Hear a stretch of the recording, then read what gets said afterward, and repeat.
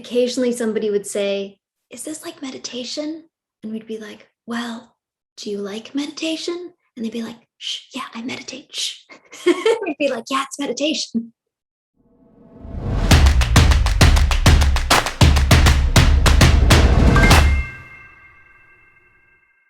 I spent 20 years at Adidas. I then went to California to work for Apple for a few years. And I've done various roles, be it product, creative, marketing, a customer journey, in-store environments, online environments. So very many jobs. And I've been at AMORELIE for 2 years. So I'm going to share my screen. I hope that that it works. You'll have to tell me if you can see it. Yes, it works. Great, good, because I'm not such a technical whiz, but there we go. That's wonderful. So I have the pleasure to manage and head up the AMORELIE company. I've been with AMORELIE for 2 years, and for those of you who don't know what AMORELIE is, we are a sexual wellness company, incredibly important for all of us from a mental health perspective. I think we're all hardwired to desire. Yet it's something that we don't talk about enough. And I think, wearable technologies are critical in this space and such an opportunity to support the customer on their journey to sexual fulfillment. So I thought I'd just give you a little history of AMORELIE and why we do what we do and what gets us out of bed and gets us excited in the morning. So AMORELIE has revolutionized the industry. We were one of the first key players in the German market and a dominant player in the DACH region in particular. And really sort of the whole premise really was, we wanted to smash the rules of, the shady sex shops where it's behind a closed curtain, it's largely male dominated, and really invite customers in to, enjoy exploring their sexuality, understanding who they are, which is one of the most important things to be able to build relationships, not only with ourselves as a first starting point, but also with our chosen partner. So a lifestyle shopping experience in the sexual wellness industry. So just a few things about our journey. We started, the world started, or Germany was very much sort of erotic products have been largely available only in retail stores, and we provide a discreet online shopping lifestyle atmosphere and experience when you come to understand the products you want, to explore the types of things that you would like to understand and know, and have a lifestyle shopping experience. The industry communication has very much been targeted to the male consumers, but we very much target male and female equally. The products had a lack of, in aesthetics and design. So we offer a selected high quality product portfolio of both our own branded products, but also third party products as well, to really round out and offer the customer the right product selection.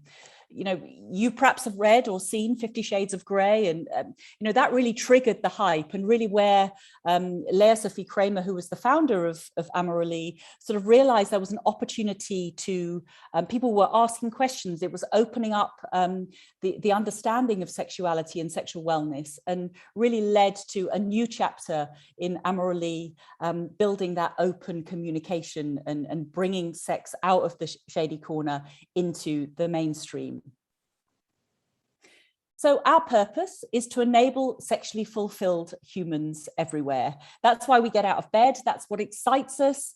That's what excites our community. And we invite everyone to come and join us in their journey to discover their own sexual preferences, sexual needs.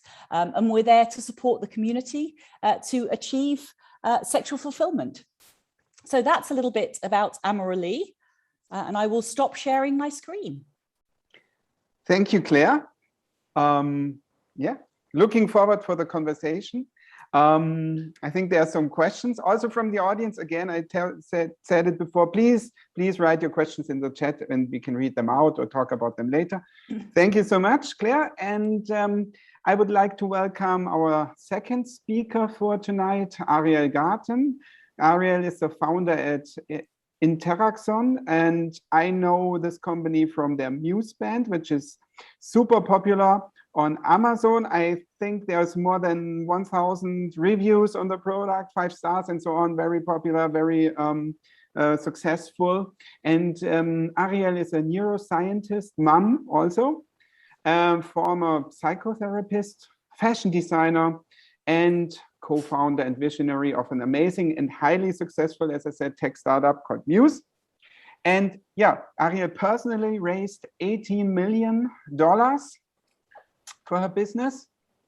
And that's for a business idea that's about the mind. And I think that is super impressive, because for me, I think that is a game changer, because discovering the mind and understanding how we work in our inner self and making a business case from this that's popular and you can buy on Amazon. I think that's super great. So thank you, Ariel, for being with us. And yeah, again, the stage is yours, and I'm looking forward for your presentation. Thank you so much, Thomas, and hello, everybody. Good evening in Europe, good afternoon here in Canada, which it is. I'm happy to be here today. So as Thomas mentioned, I'm one of the founders of Muse, and we make a device that helps you meditate and sleep. I have a short presentation which will show you what it is and how it works.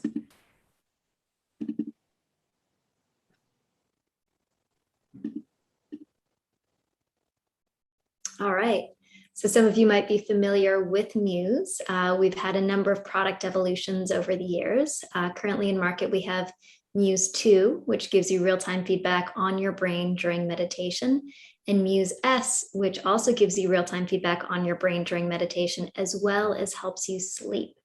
So we started in the world of being able to quantify what goes on in the mind during meditation and give you deep insights. And from there, since we are already able to gain insights from your mental state, being able to move into the space of sleep was very tangible and very practical for us with our technology. How Muse works is it gives you real-time feedback on your brain activity during meditation. So most of us, if you've never meditated before, you're going to sit there, you're going to close your eyes, your brain's going to bounce all over the place, and you're going to go like, oh my God, I have no idea what I'm doing. I feel like I'm not good at it. I don't know what's going on. This sucks. I'm out of here. And even if you are an experienced meditation practitioner, you know you're supposed to be putting your attention on your breath. Your mind wanders away from your breath onto a thought. You notice your thought, and then you return your attention to your breath. But often our mind wanders, and we aren't very good at noticing what's going on inside of it, which is exactly the strength that we're building in meditation. So Muse solves both of those problems, helping you know what's going on at all and what you're supposed to be doing, as well as honing the practice itself by giving you real-time feedback on your brain activity during meditation, letting you know when you're focused in the meditation zone and when your mind is wandering. And the metaphor we use is your mind is like the weather. So you're actually interpreting your brain activity into guiding sounds. You're hearing the sound of your mind. And when you're calm and peaceful and in meditation, you hear peaceful weather sounds. And when your mind wanders off into thought, the sound of the storm picks up as a cue that your mind is wandering, which then encourages you to bring your attention back to your breath and quiet the sound. So it's a very simple paradigm that is incredibly powerful and has gotten literally hundreds of thousands of people to start or enhance their meditation practice. So you're getting real-time feedback during the experience. And then at the end, you get data, charts, graphs, scores, things that show you moment by moment what your brain is doing. Our Muse devices are filled with a ton of sensors. So it's clinical grade EEG, PPG, which tracks your heart, accelerometer and gyroscope to track your movement. And from there, we can give you a range of different styles of meditation to learn and a range of different modes of feedback on your body. So you can learn focused attention meditation and get feedback on your brain, heart meditations and get feedback on the activity of your heart and your heart rate variability and how it rises and falls, different forms of breathing exercise, meditation to find stillness in your body. And now with Muse S, also real-time feedback to help you fall asleep in a way that's designed to help you fall asleep faster, and really like clinical lab style sleep tracking throughout the night. So we basically believe that you have a tool that can help you during the day to calm your mind, focus your brain, improve your emotional self-regulation which then makes it easier to fall asleep at night, which then gives you a better night's sleep. You're then more well-rested and better off to start with a better day the next day, better emotional self-regulation, better meditation, better cognitive function in a feed-forward cycle. So we basically turn this, which is a clinical grade EEG, into this, which is also a clinical grade EEG. MUSE is used at over 120 different research institutions, hundreds of publications. Mayo Clinic uses it with breast cancer patients and more, all demonstrating improvements in quality of life, stress, fatigue, and more using the MUSE.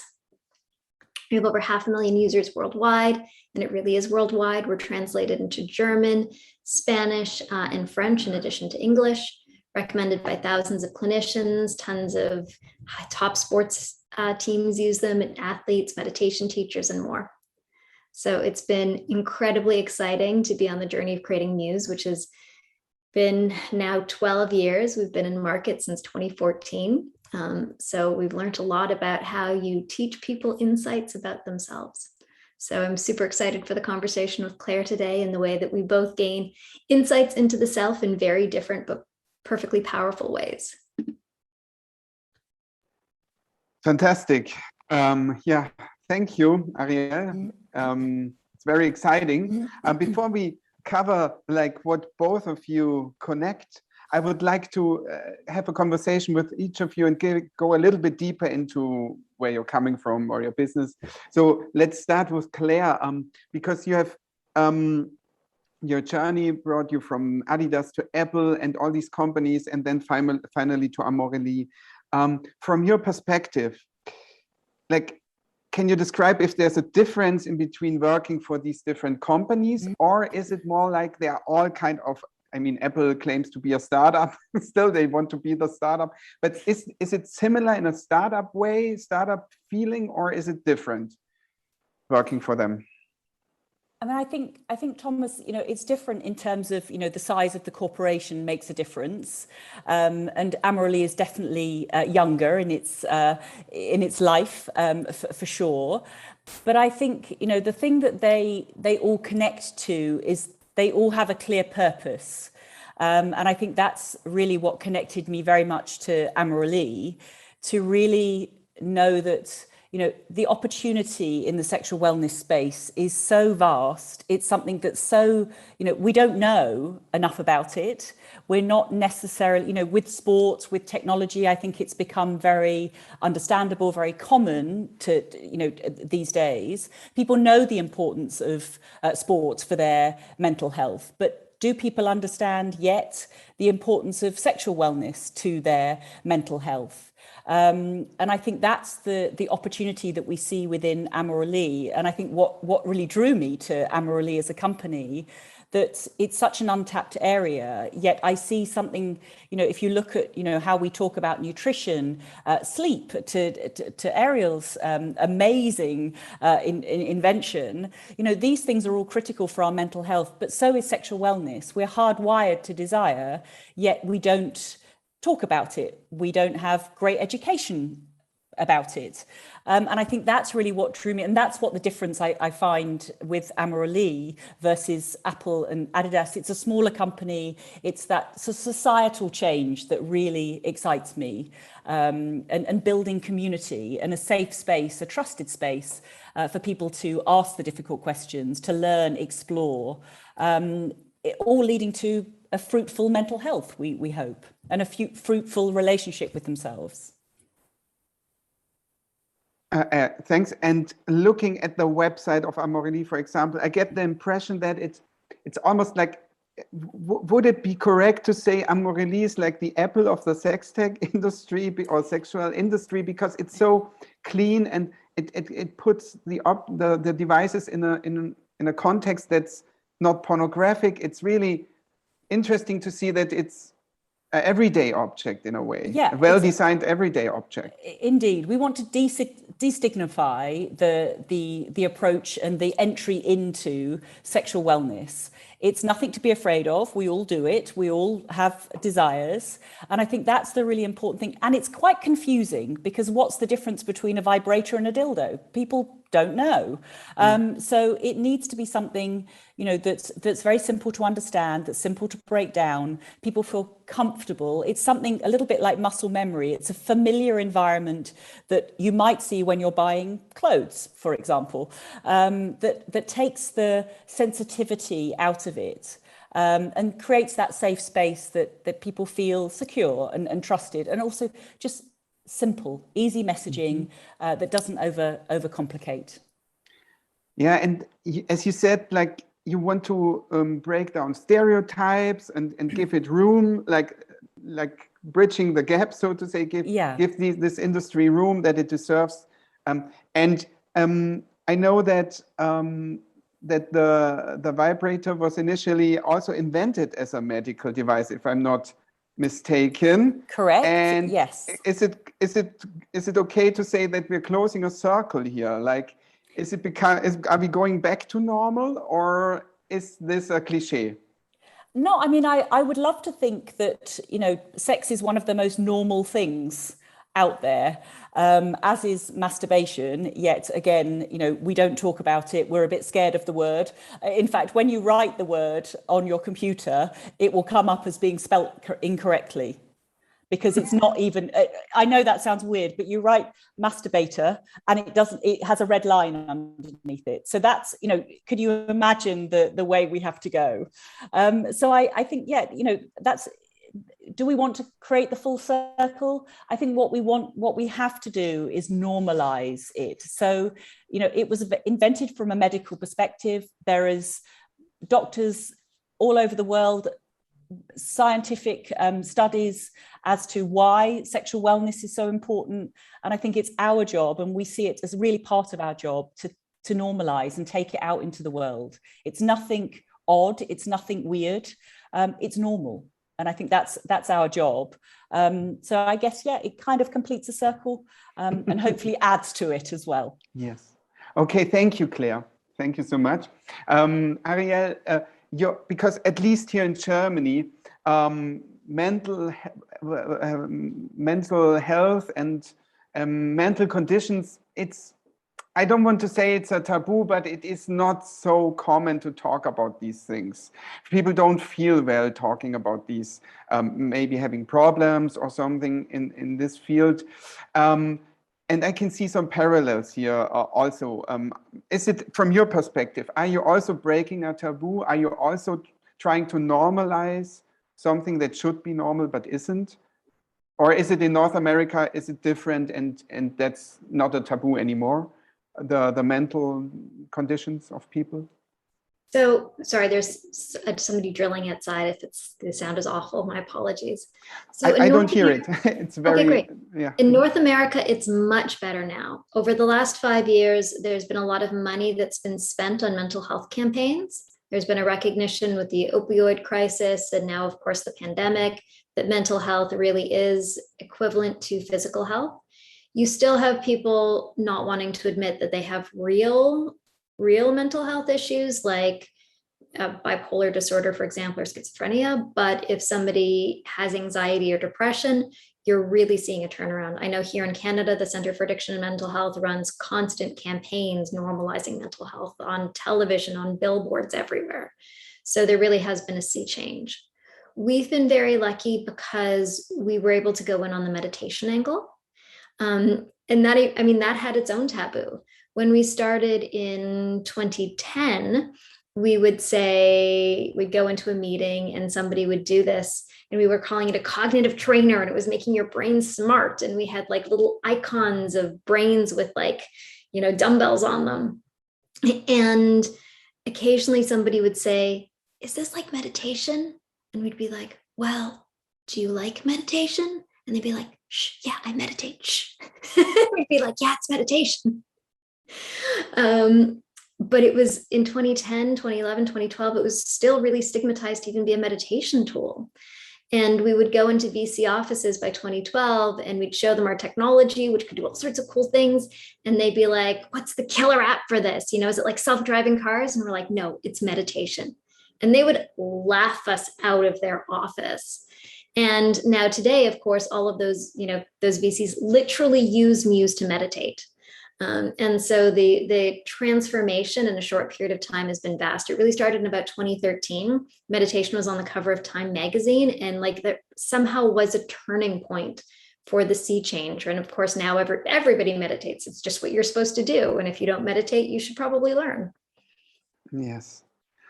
Very interesting. So, I mean, so meditation was not there from the beginning for you? You have looked into different use cases. So was it more like for you starting with a technical solution, or was it starting with a team, or was it more like starting with a vision? How did you start founding the startup?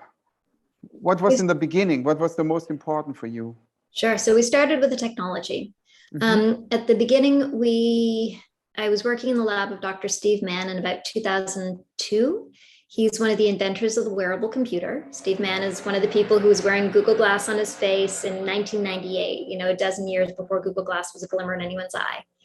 And he had this early brain computer interface system. So it was a single electrode that you would place on your head, and which we could then hook up to any output we wanted. So we would use brainwave activity to control lighting. We would use brain activity like through DMX. We would use brainwave activity control sound through MIDI.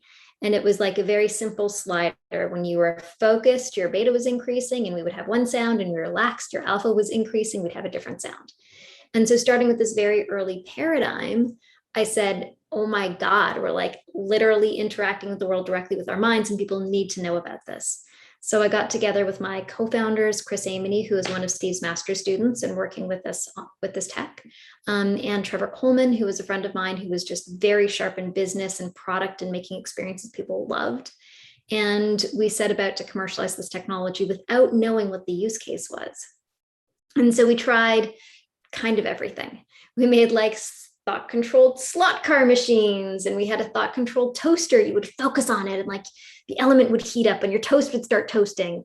And then to like pop the toast, you'd have to clench your jaw and it would pop when it felt the muscle activity.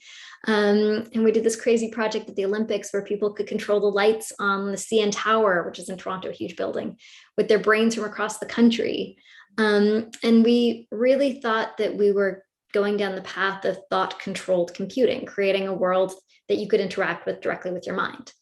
And this was captivating psychologically and feasible technically, but the user experience of it sucked. Like really trying to control something with your brain at the very limited stage of technology that we were at 15 years ago was very, very difficult. It was not a great user experience. But as we were getting people to focus really hard to turn on that light, or, you know, relax really deeply to make the music quiet down, we recognized what we were really doing is not teaching somebody to control the lights, but actually teaching them to control their own mind and giving them real-time feedback and insight on what was going on inside their own brain. And most people didn't know when they were focused or when they were relaxed, or how to get to those states, or be reinforced and rewarded for them. So what we realized is inadvertently we were teaching people to meditate. And we sort of stood back and said, okay, we want to make an impact with this technology. We don't want it to be a stupid flash in the pan. We don't want to be making like, you know, stupid games that people play. It's fun, but it's not worth our time. Like we want to make the world a better place. And we recognized that if we could just get more people meditating, we'd actually make the world a better place. And so that's how Muse as a meditation tool was born. And it turned out to really be the right use case, the right product market fit, a little bit early in the market, but right at the, you know, beginning of the upsweep.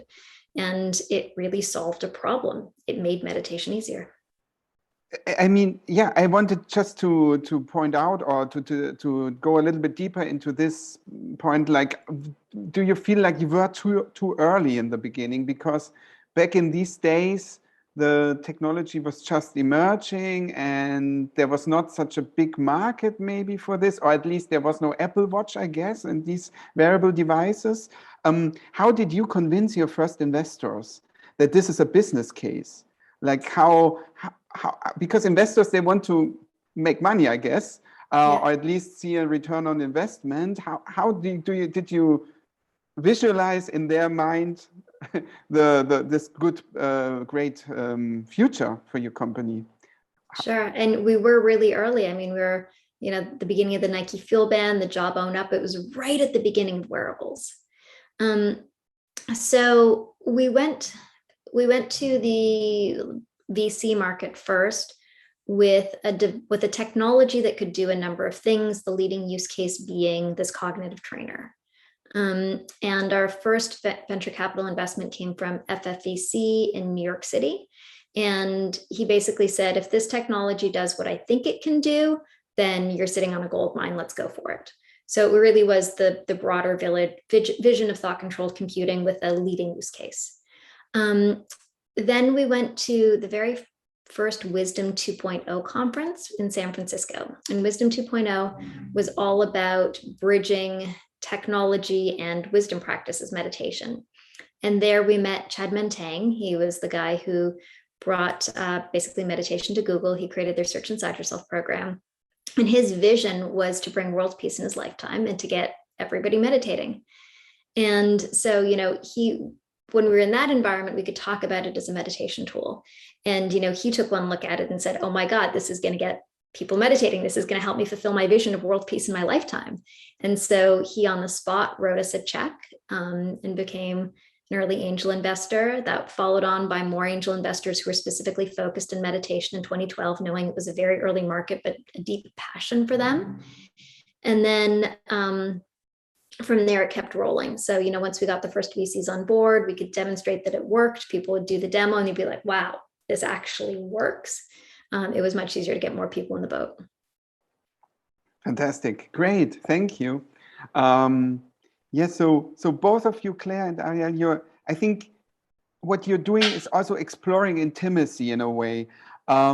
If it's about sleeping or understanding my own mind or my own body, that's also, in my perspective, an act of intimacy, because it's like the most secret things that I can share with somebody else, I would say, like my inner secret, how my brain works, what I'm thinking. And then also sexuality and pleasure. It's also something that we only share with a limited amount of people, I guess. So if anyone. Yeah, it depends, of course. But do you think, like, from your perspective, is it now the right time for these, for this, like, exploring of intimacy? Have we grown as a society to a state where we can now finally go for that, like exploring our sexuality or exploring ourselves? Do you feel like the last decades changed something here in a bigger perspective? I mean, not to speak for Ariel and her area of expertise, but from a sexual wellness perspective, I think what we see, we run a sex report every year where we do a sort of panel discussions, research to understand sort of people's perceptions, and we see and the numbers we see increasing. And I actually think the pandemic has really sort of escalated this sexual wellness need and relationship with ourselves. We see that 84% of the people we spoke to see sexual fulfillment as really, really important. And 55% of them feel that masturbation is a way to get to know themselves better. So without a doubt, there is there is that sort of intimacy and the understanding that these things are becoming more and more critical for their wellness and to support their journey. I do see that there is only about 38% of people that feel confident enough to speak openly about the topic. So, there's for sure work to do, without a doubt. But I do see that, the last 18 months really has elevated this topic of, how we can help ourselves and support ourselves, be it through sleep, through meditation, through sexual wellness, without a doubt. And I think that will continue now. It's becoming more normal as we kind of get open in the society, opens up a little bit more-ish. Yeah. Thanks. What do you think, both of you, like maybe Ariel, what do you think about early adopters? Like, because I think they have, in sexual devices also, you always had an audience, I guess. But now what we're talking about, I think, if I'm not mistaken, we're talking about more mainstream. How do you feel like, what is your experience, Ariel, from like your first customers, early adopters, or people who are willing to make compromises in, I don't know, form factor or something, and now that you're selling on Amazon and so on? Like, what is your experience here? What is the difference in between? What is the difference in between your early adopting audience and the audience that you have today? There's definitely a difference. So our early adopting audience was very much the biohacker. They were primarily male, older, higher economic demographic to be able to afford these, very fringy gadgets, or was a fringy gadget at the time. And they were really people focused on things like the quantified self movement. So, the Dave Asprey followers of the world. It was very, very defined in who they were. And then over time, now we have 500,000 users around the world and our demographic has shifted.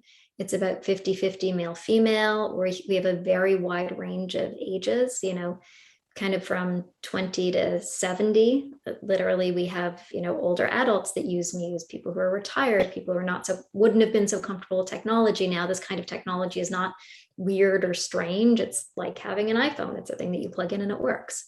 So we've seen a dramatic change in our overall adoption profile.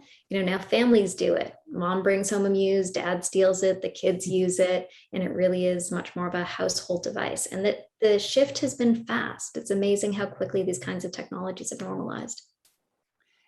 And was it for you as a founder or steering the company, did you was there need to change something about your company, like hiring different kinds of people or having a better support structure for your clients or something like that? I'm just asking because there are some founders and startups in the audience, I guess, and I guess they would be interested in if they get successful, like what's coming next for them.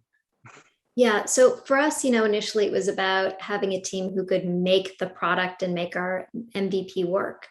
And so it was really me, Chris, and Trevor who were driving the ship. We had some programmers and we worked closely with industrial designers to actually create the thing and make it work. And we had external help to help us create the brand. And then now that the thing is in motion, we have a logistics team, we have shipping, we have a large customer care team that has to support all of these individuals. We have actually a relatively small sales and marketing team because most of it is online these days. So you can be quite efficient with that team. We have a content team that's constantly producing, videos for Facebook ads, very different than when we began. We have a full-time video person on staff, which was not something we needed initially because the mode of selling was very different. We were, in person in retail stores, and that certainly is not the case anymore.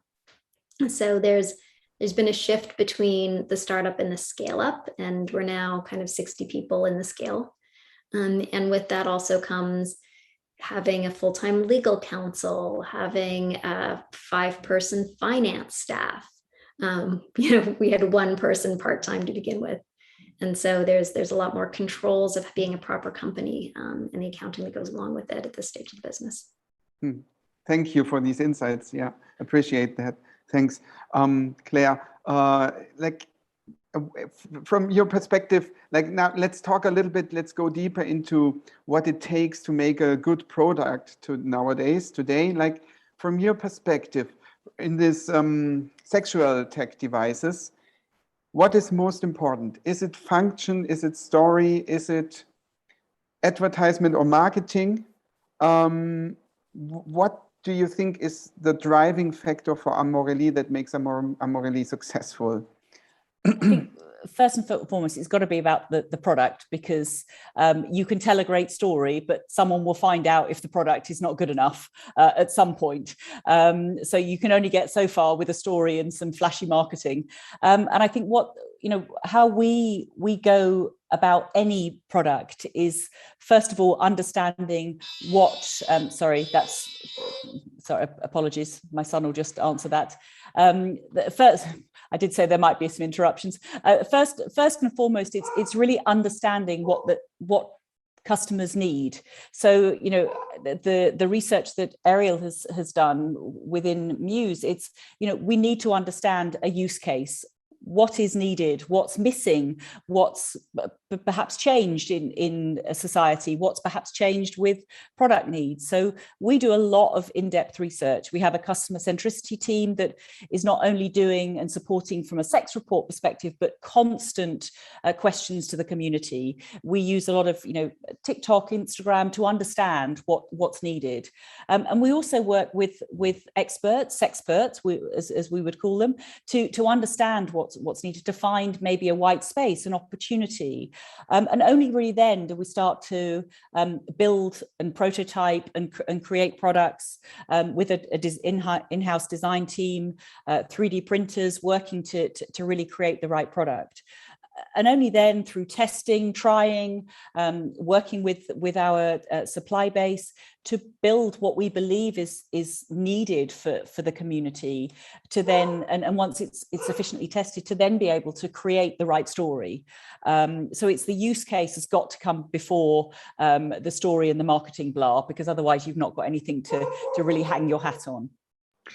I actually have a question, Claire, if that's okay. Yeah.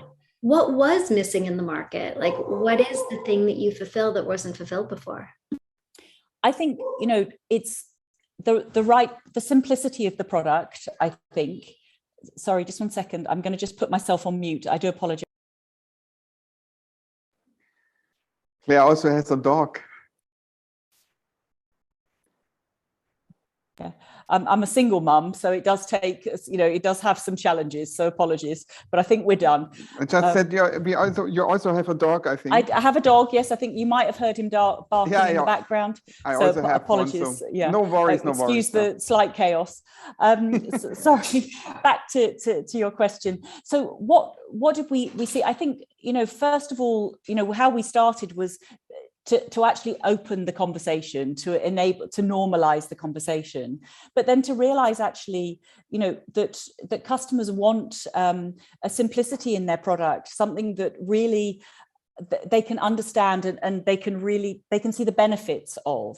So, we worked very closely to build our own product line, to ensure that we execute the needs. So be it slightly different shapes, slightly different tempos to understand. But of course now, sort of wearables is becoming more and more important, and also in our space. So seeing, how we can encourage a more healthy, future of exploring sexuality using tech. So app-based toys has become exceptionally important, particularly during the pandemic, where maybe people were not living in the same city or same country, even in certain instances. So really understanding, things like, how we can support in strengthening pelvic floor muscles, how we can support in maybe tracking orgasms, maybe even, setting orgasm goals. People are working on AI vibrators. There's huge opportunities, and we're slowly exploring these opportunities, whilst also keeping in mind that there is some way to go with wearables in this space. But app-based toys very much has taken has taken sort of a leap right now in popularity because of the pandemic. Mm-hmm. Cool. So. So apps are important, yeah. And do you have a feeling, because we talked about the invention of the vibrator, right? Mm-hmm. I guess it was a simple mechanical device, or maybe with an electric motor, but do you see something changing? Like, we have Muse Band with all these sensors and everything. Mm-hmm. Do you feel like there could be an audience for more sophisticated devices that use different technologies, or is something out there for people who don't know? Like, do you feel like there's some kind of change on a technical level that could solve different issues in the future or now? I mean, for sure, there are, scientists working and doctors working, charities as one of them, that are really looking to understand, the body form. At the end of the day, a vibrator is a vibrator, and it can take a certain form based on human anatomy, and it's very difficult to change human anatomy, or of course we will evolve as time goes on, and then we will need to evolve maybe the shapes, but effectively, a vibrator is a vibrator, but it's how we can support the use of that vibrator. And as I said a minute ago, pelvic floor muscles, the importance of after pregnancy, during pregnancy, and so I think there's other facets that we can support the customer in, and there's still that big educational piece. As Ariel said, I think I lived in on the west coast of America for a number of years, where it's meditation is a lot more commonplace. I think in Europe we've got a long way to go, but I think in our industry, in America too, it's still somewhat taboo. So I think there's a space to go first in, let's talk about the vibrator, and here are other things that can support you in learning, how to achieve an orgasm, even, most women don't, and some men don't too, but that's really where we need to focus from a technological standpoint, less about the sort of physical product that, yes, of course, can improve. You have the womanizer, which is a pleasure air technology that is relatively, it's not that new, but it's new on the market, so a different form of pleasure. So for sure, I think these things are definitely going to become more popular, and of course we all explore these things from an innovation perspective, but I do think there is an opportunity within the wearable space to also support too. Interesting. Ariel, like, I know that your concept is to focus on one use case, like the meditation and sleep use case, but as Claire explained, there for the sex devices, there's other use cases more towards the medical use case maybe, or to train your body, which is not only for having a pleasure, but also for other things, to achieve other things, other goals. Do you also think about collaborations more like in the medical sector, or because I could see the logo of NASA and so many great institutions on your presentation. Do you have plans to develop your product further in the medical direction, or are there, and because it's also certified, Sure. So there's sort of two branches of use cases with Muse. One is as a clinical grade EEG. And so we have probably thousands of researchers who use Muse as a clinical grade EEG, and they're doing a bunch of work in understanding cognition, understanding awareness. There's actually 3 different groups that have been using Muse for stroke detection. There's 2 recent publications from 2 completely separate groups using Muse inside of the emergency room to be able to detect a stroke within 3 minutes. And the gold standard of stroke detection is CAT scan or MRI, which takes about 45 minutes, and Muse was able to detect it as effectively in 3 minutes. So it's like, wow, that's a big deal for somebody in the emergency room with a stroke or not a stroke. So there's, that area of exploration, which we probably won't get directly into, but others can commercialize the use of Muse as a clinical grade EEG in whatever the use case is. Then there's the other area, which is the ways in which improvement in sleep and meditation can help outcomes of multiple different disease states. So we have, like the Mayo Clinic, for example, is running, I think, 5 separate studies using Muse. So they published one with breast cancer patients awaiting surgery, demonstrating that using Muse as a meditation tool improved breast cancer cancer care process. Now they're doing a study in fibromyalgia, another in chemotherapy. They have their doctors using Muse in the emergency room to avoid burnout. We've created a really amazing pain program that applies meditation with Muse to chronic pain. And there's a large-scale study currently being run demonstrating the outcomes there. So we're certainly looking at the ways that Muse as a meditation or a sleep tool can help improve multiple conditions, and we're actually going down the road of FDA approval.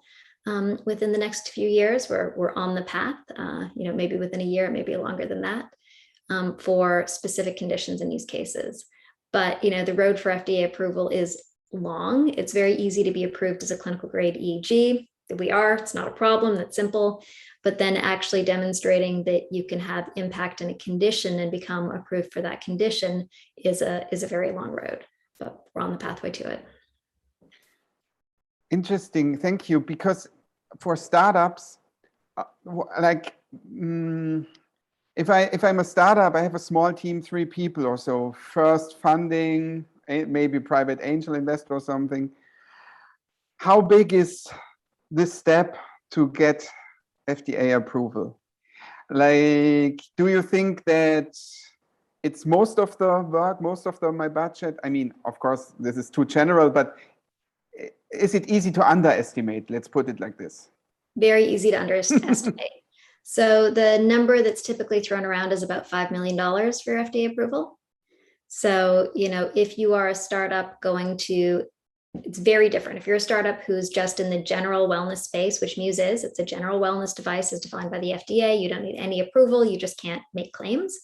Then you can take your $5 million, build your product, get your team together, get your first product in market, and then raise your next round of 10 or $15 million and keep the train going. That's what we did. I think our first round was $4 million. That's straightforward. If you are going forward and saying, I'm going to come into this as an FDA approved product, you still need the same $5 million to build your product and make your team and, create your user experience. And then you need an additional $5 million in probably 3 or 4 years to go through the FDA process to actually make a claim. Now, if you just want to be a 510K, which means that you are similar to an existing device, this is an EEG, this is a heart rate monitor. That process is 9 months and maybe like $500,000. It's relatively cheap. But if you want to say that I actually have an impact in any disease state, that's a very long-term project. And so it's a different investor. It's a medical investor who's used to putting $10 or $15 million down in your, very first round in order to get you through this FDA process. Thanks. Very worthwhile and valuable insights. Thank you so much. Talking about, let's say, I don't want to say dangers or limit, but let's say limits or things that are happening in the future. I mean, we saw it with Nokia back in the days. There was no apps running. There was no Facebook, TikTok, whatever it might be running on these phones. Nobody wanted them in the end. And big platforms took all of the market. Basically, it's 2 ecosystems left over that took all of it, the whole world. And, in the wearable tech industry, we very often discuss this, because it's still the early days, it's a rich environment, many startups, many different approaches, and many different ways of doing things. But do you see, especially when it comes to collecting data, to sharing data and so on, do you feel like big companies like Google, Apple, whatever, Facebook, I don't know, do you see any signs approaching that they might also enter your business anytime soon? Yeah, totally. I mean, Facebook acquired a company that does EEG-based motion. They have a massive team looking at neural implants, neural prostheses, neural control. They have the connection to Oculus and the desire to interact directly with the brain in a VR system, which is a technology that we also created. So there's definite competition from Facebook. The likelihood is that we will be purchased, but we don't want to be purchased by Facebook. We actually care about our users' data, and being purchased by Facebook would be probably not the best thing. I know that Google has a number of mental health projects. They've looked into brain-computer interface at length. They've bought many, many, many muses. Sergey invited me down to Google and walked me around and had all of his high-level team grill us. There's without a doubt an interest, but these days it's often easier for these big companies to merge with you rather than compete against you. So we will certainly see a consolidation in the market. You know, we may be become a larger consolidating force, or we may be pressured by our investors to consolidate with someone else and exit. That's part of, as a startup, what you never know. You know, you have a number of factors to work with. It's not just how successful is your product, how successful is your company. It's also how patient are your investors to want an exit. You know, do they want to push you to be acquired pretty quickly so that they can get their money out?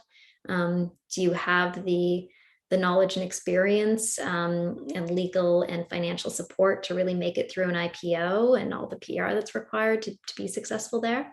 So the exit, as much as it seems like, oh, you know, we're going to make a startup and we're going to make a ton of money when Google buys us.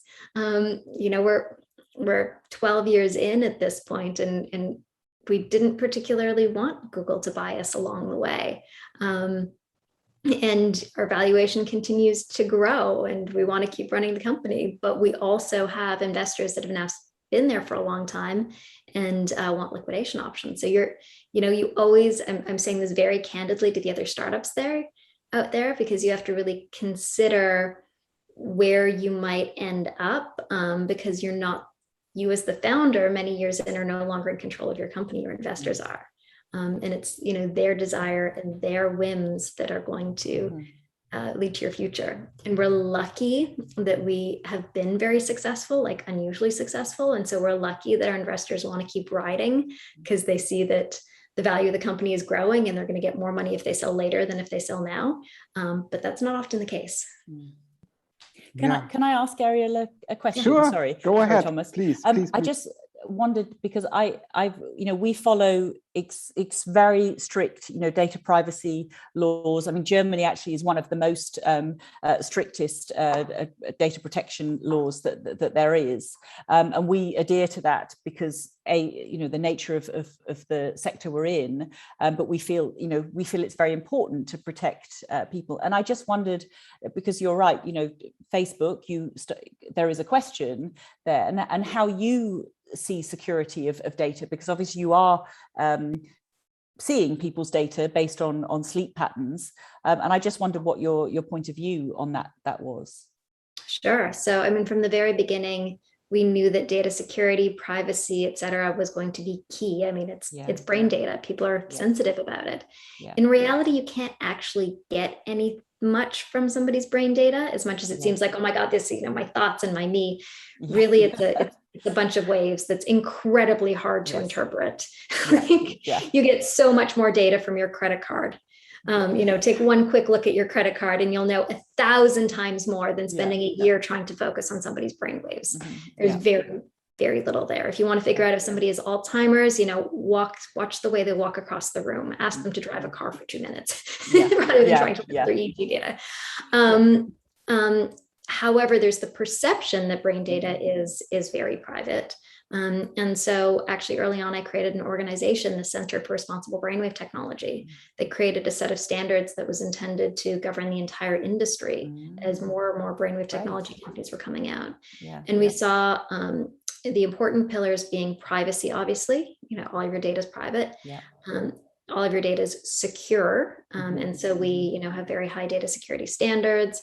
We're on our way to GDPR compliance, and we follow Europe's privacy laws as opposed to Canada or America's privacy laws. Interesting. Which means that we don't have any users under 16.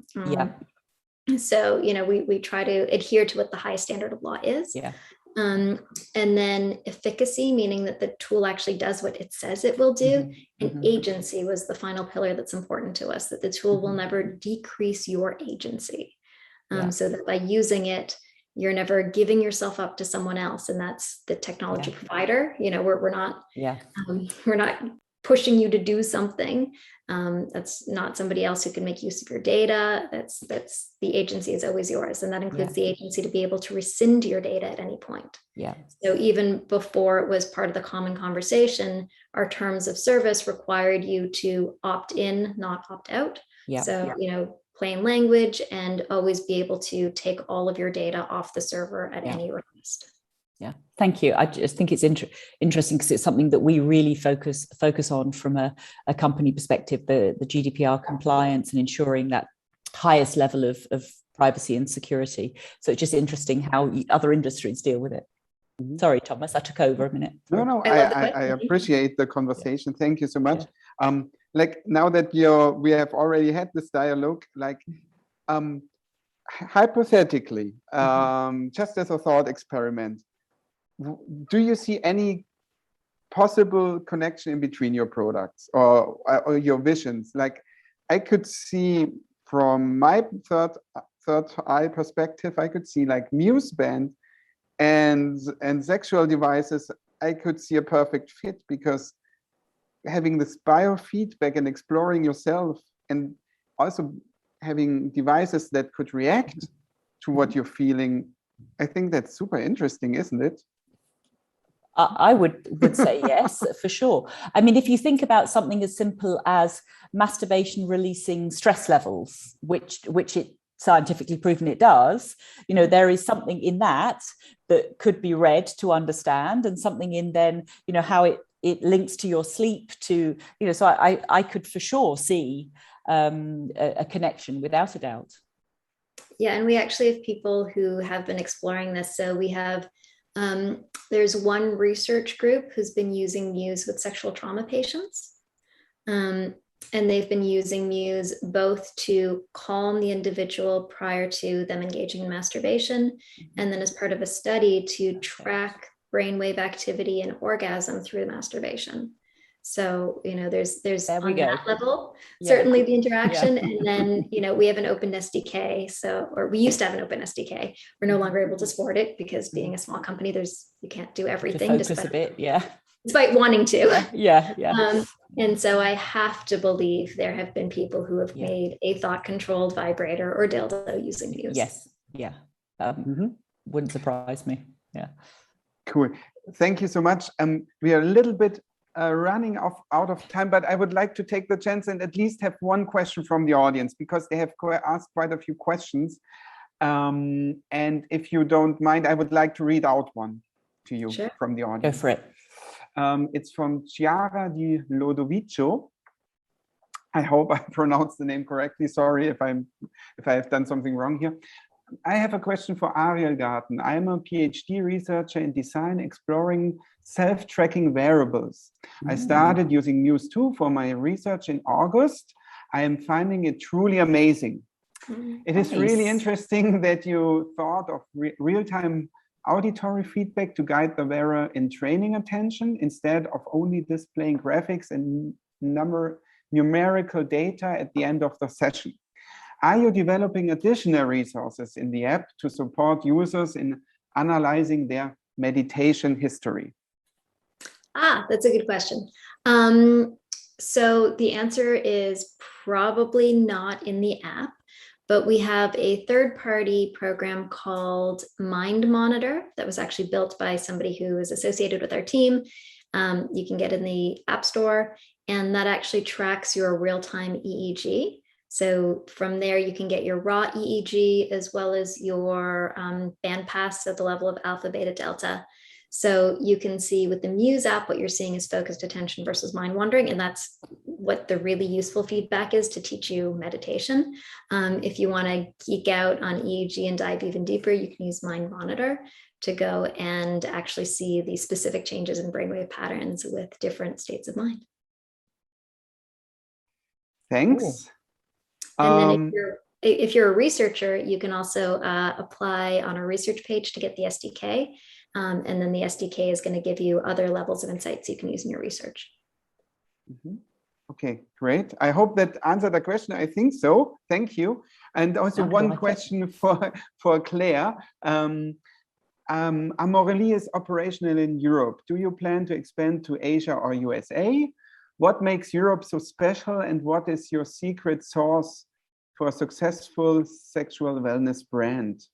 Oh, a number of questions in there. Yes. So we have an internationalization strategy. We are focused on Europe at this moment in time. So we have a really strong business and growing business in France and Belgium, and we have plans to move into other European markets. Of course, going to Asia, and I built a brand for Adidas in Asia. It is more difficult. You know, you have a slightly sort of 80-20 rule within Europe in building a company where it's sort of 80% similar, 20% different. In Asia, it tends to be the reverse of that, 20% the same, 80% different. So ultimately, yes, you know, our plan is we want to, you know, enable humans to, you know, achieve their sexual fulfillment and achieve their journey of sex. So we would like to do that everywhere, but our focus right now is Europe, and you know, as to the US, probably similarities again, but for right now, focused on Europe. And our secret sauce, I think, you know, what I see from companies, and I think this is, I'm sure, part of Ariel and Muse's success. I think, you know, the culture of the inside of the company reflects outside of the company. The passion you have for the work you do, the journey you're on. And I really do see that, you know, our secret sauce effectively is as simple as, you know, we have an exceptionally strong culture as a team and as a company. And I think that really reflects wonderfully outside in all we do. It shows our passion, our commitment to the cause, our commitment to our community, to open up that conversation. And I really do think that is as simple as you have a really strong culture inside. You take that glory and wonderfulness outside, and the stories you tell, that's the secret sauce. Thank you so much. Simple as that. Yes, yeah. As I said in the introduction, like, you're a team builder, and I think that's for a reason. There's a reason why a team builder is on top of a company like AMORELIE, right? So yeah, exactly. And of course, your products have to stand up for you know, have to stand the, you know, the test of time and the test of usage, of course. But I really do think it's a critical piece of a successful company and what makes companies successful. Yes. Great. So we are quickly approaching the end of the session. Time passed by so quickly, really. It was very interesting, but I don't want to let you go without asking my final question to you, because and that is your perspective on the future. What do you see coming up next? It does not have to be from the sexual industry, it does not have to be from brainwaves, but it can be, obviously. But what do you think are the next things that will impact our lives from a technology perspective, maybe? So what's coming up? What's the next iPhone? What is the next Muse band? What is the next invention that helps us enjoy more pleasure? I don't know. Like, what do you see coming up? Shall I go first, or yes? Muse? You go first, Ariel. Go on. Sure.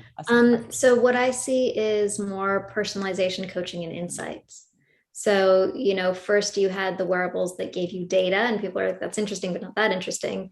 Then now you're starting to have wearables that give you feedback in a loop, like Muse does, and that's good. And then the next step is, what are the insights that come from it, and what are the behaviors and behavioral change mechanisms that come into place to actually help you change that behavior. And more often than not, it's actually a coach. It's a human in the loop that helps you learn how to do that thing. And I think we're seeing that products that initially came in as one part of your life now want to be all parts of your life. So, you know, as the Pelotons of the world that came in as I'm one machine, now there are more machines, now there are more parts of your life. You're going to see companies try to expand to help you become the best you can with whatever tools and techniques and behavioral change methodologies and coaching and they can create to help you on your wellness and self-fulfillment journeys. Thanks. Yes. And I think, you know, from a sex toy perspective and the sexual wellness space, I think what we all need to be mindful of is sex toys are an addition to, not a substitute, and those sort of technology, improves, and we are exploring and investigating innovations. Of course, we are definitely not here to replace human touch and connections as a whole, and I think that's really important. But again, I see sort of the whole tech space within the sexual wellness space is in its infancy to a certain extent. So I really do see that, the wearable space from an innovation perspective, really enabling people to explore, to have a more healthy relationship and experiencing their sexuality. And as I said, be it with, achieving orgasms, how to set orgasm goals, simple things that we are not yet there with, but starting to see things come into the market. So I think that's where we see sort of innovation and technology coming into this sector.